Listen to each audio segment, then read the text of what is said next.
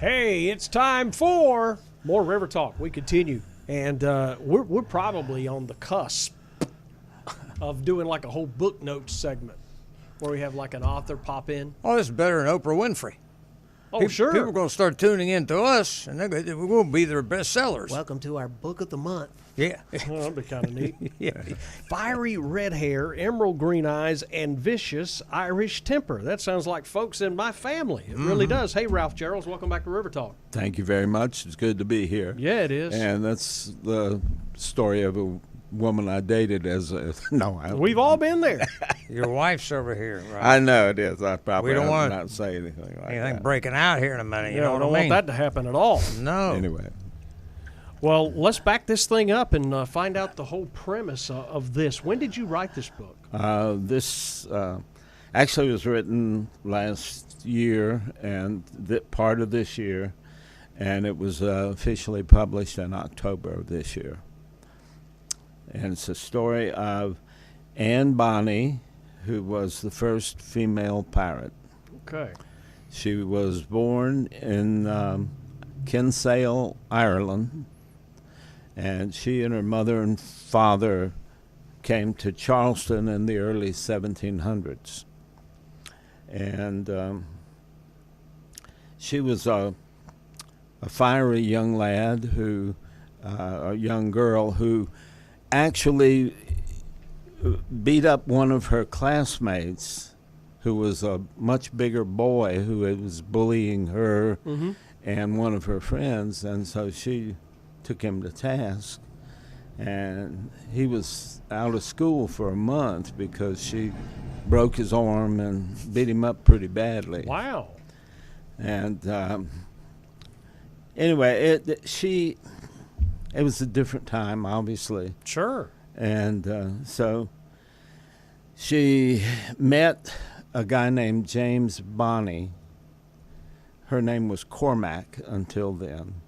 Her father was a well-known barrister, came from Ireland, and started work in Charleston, and was involved with Colonel Rhett, who was big.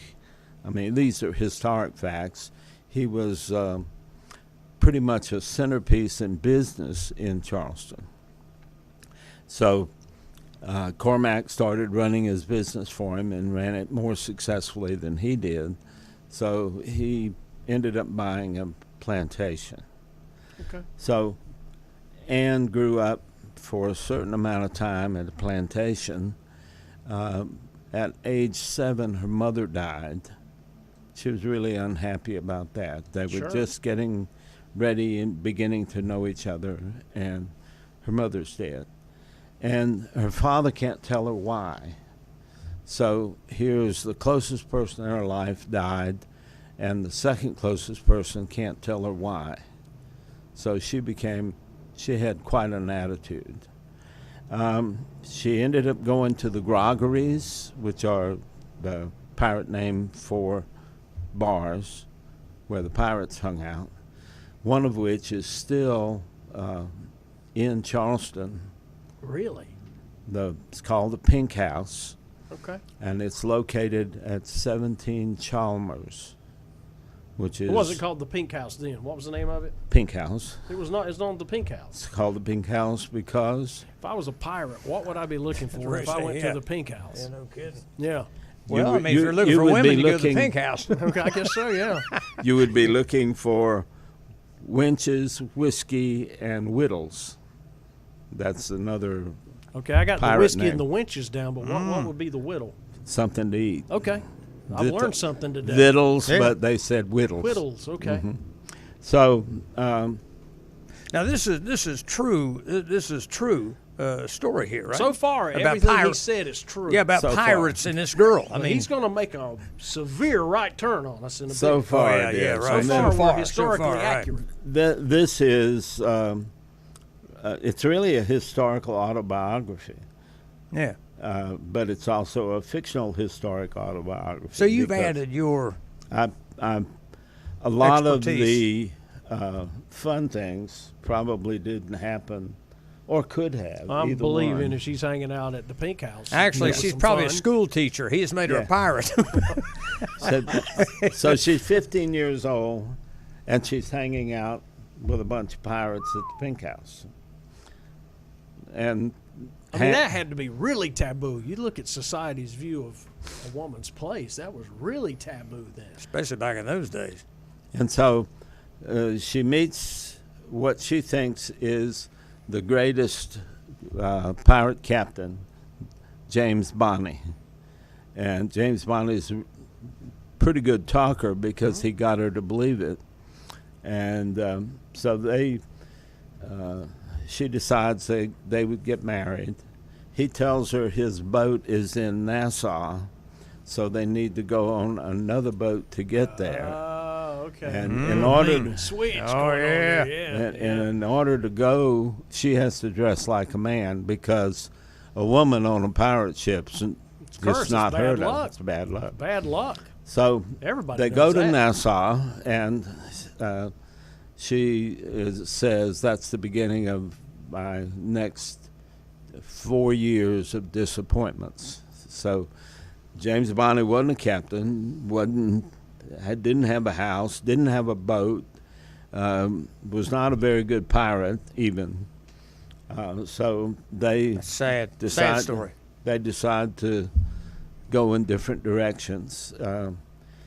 She actually meets a guy named John Calico Jack Rackham. And if you see the skull and crossed swords, that's his flag.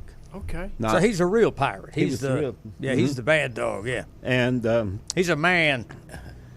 Unlike Bonnie, this guy's a man. well, he's got a boat and he's a captain and he. So I'm he- saying he's the guy.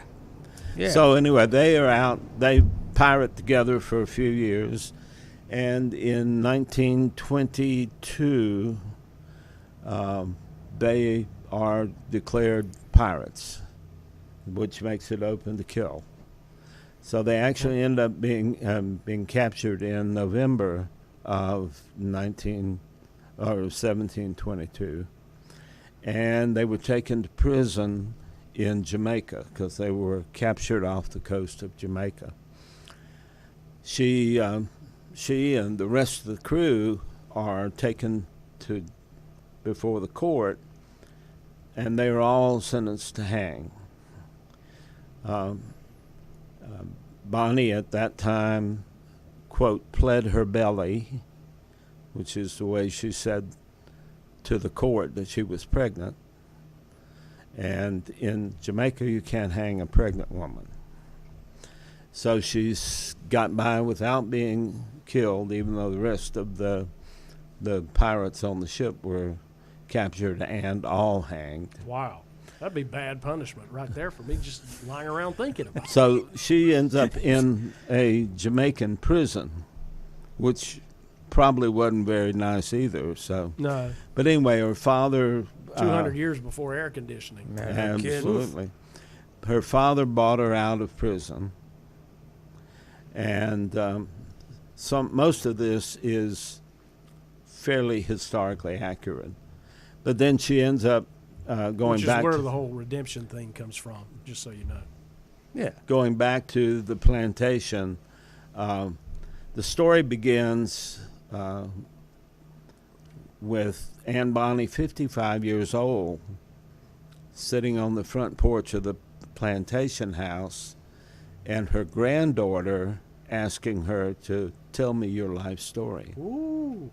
And so Anne is on the front porch in her rocking chair, and Annie, her namesake granddaughter, is in the swing on the front porch, on the piazza or the veranda, either one. And she's telling her story. And that's the way the book goes. It is challenging to me because I don't think I write first person well. The whole book's first person. Wow. That is. I mean, that's great. Another great story. Grandma, tell me a story again about that wooden leg that your ex-husband left here. What's that about? Well, huh? you know what they say? Nothing beats a great pair of pegs. Oh, I'm telling you, you're good, buddy. You're good. But anyway, I can't wait to get Yeah, in, that's sink great. my teeth into these. That's I think good. you'll enjoy it. Yeah. It was fun to write. Oh, The yeah. absolutely true story of Anne Bonny. Fiery red Absolutely hair, true. emerald green eyes, and a vicious Irish temper.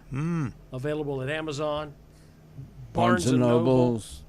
Even in Charleston, it's on the shelf at Barnes and Nobles. How about that? Good stuff. Ralph, thank you so much for Yeah. joining us again. Great. I enjoy it so much. I'm sure he'll be back. He just keeps writing these books. They just keep coming. He's got good stuff. Whoa. Really good stuff. Well, let's check out this video now as River Talk continues from our good friends at the Oaks.